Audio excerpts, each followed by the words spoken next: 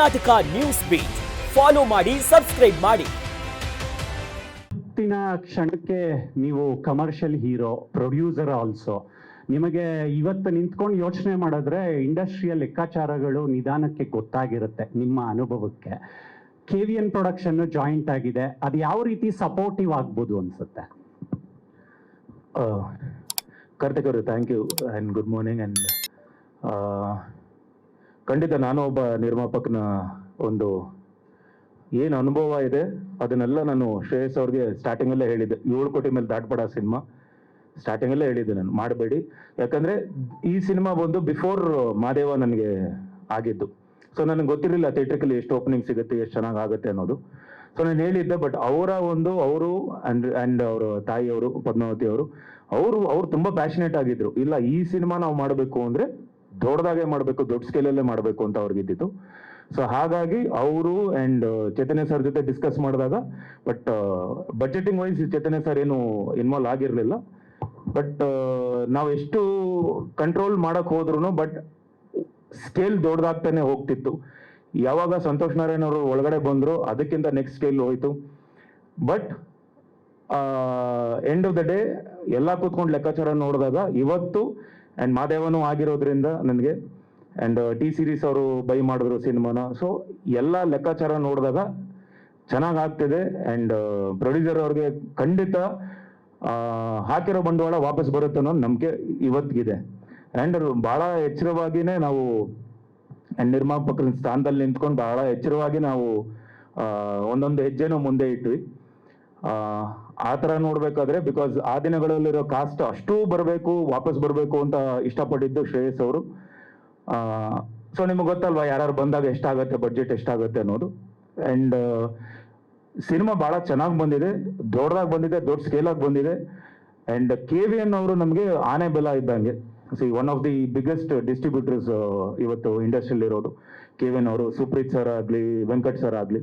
So ಅವರು cinema ನೋಡಿದ್ದಾರೆ, cinema ನೋಡಿ ಖುಷಿಪಟ್ಟು ಅವರು ಏನು ಡಿಸ್ಟ್ರಿಬ್ಯೂಷನ್ ಅನುಭವ ಏನಿದೆಯೋ ಅದನ್ನು ದುಪ್ಪಟ್ಟು ಮಾಡಿ, ಇಲ್ಲ ಈ ಸಿನಿಮಾ ಇನ್ನೂ ಚೆನ್ನಾಗಿ ಬರಬೇಕು ಅಂತ ಹೇಳಿ ನಮ್ಮ ಪ್ರವೀಣ್ ಅವರು, ಏನು PR ಪ್ರವೀಣ್ ಅವರು ಇದಾರಲ್ಲ, ಅವ್ರ ಜೊತೆ ಡಿಸ್ಕಸ್ ಮಾಡಿ ಸಿನಿಮಾ ಚೆನ್ನಾಗಿ ಬಂದಿದೆ, ಇದನ್ನು ರೀಚ್ ಮಾಡಿದ್ರೆ ಖಂಡಿತ ಈ ಸಿನಿಮಾ ನಿಂತ್ಕೊಳ್ಳುತ್ತೆ, ಗೆಲ್ಲುತ್ತೆ ಅನ್ನೋ ನಂಬಿಕೆ ಅವರು ಕೊಟ್ಟಿದ್ದಾರೆ.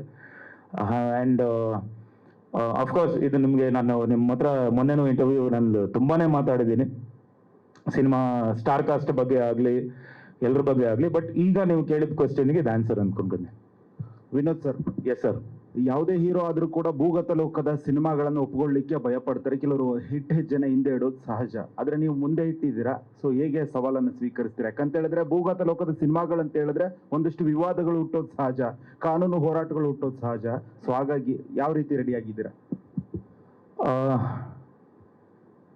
ಸರ್, ಮೊದಲನೇದಾಗಿ ಒಬ್ಬ ನಟ ಯಾವುದಕ್ಕೂ ಹೆದರಬಾರ್ದು. ಯಾವ ಒಂದು ಪಾತ್ರ ಬಂದ್ರೂ ಅದನ್ನ ಮಾಡಬೇಕು, ನಿಭಾಯಿಸಬಲ್ಲ ಅನ್ನೋ ನಂಬಿಕೆ ಇದ್ರೆ ಖಂಡಿತ ಯಾವುದೇ ಒಂದು ಪಾತ್ರ ಬಂದ್ರೂ ಮಾಡೇ ಮಾಡ್ತಾರೆ ಸರ್.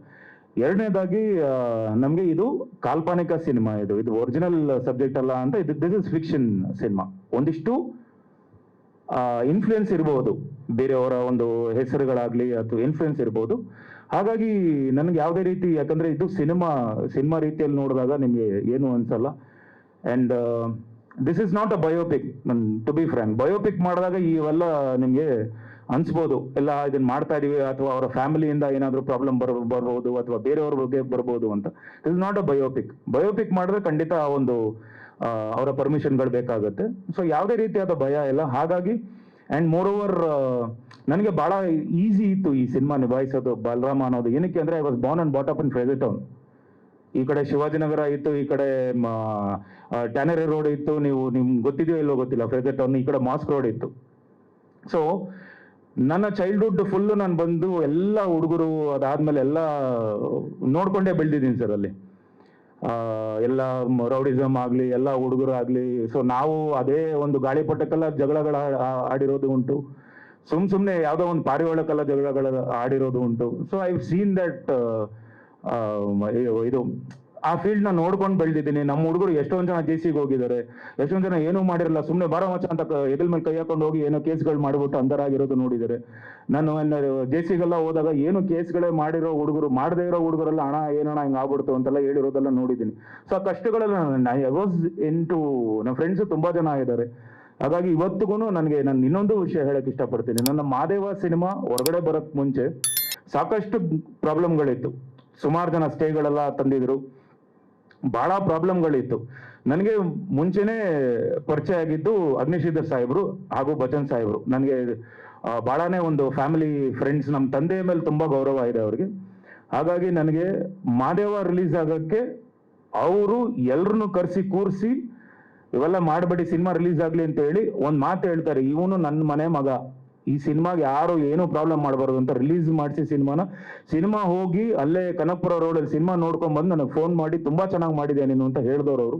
ಸೊ ಹಾಗಾಗಿ ನನಗೇನು ಅವ್ರಿಗೂ ನನ್ನ ಬಗ್ಗೆ ಒಂದು ನಾನು ಬೆಳಿಬೇಕು, ಚೆನ್ನಾಗಿ ಮಾಡಬೇಕು ಅಂತ ಒಂದು ಒಲವಿದೆ.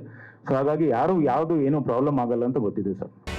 ಕರ್ನಾಟಕ ನ್ಯೂಸ್ ಬೀಟ್ ಫಾಲೋ ಮಾಡಿ, ಸಬ್ಸ್ಕ್ರೈಬ್ ಮಾಡಿ.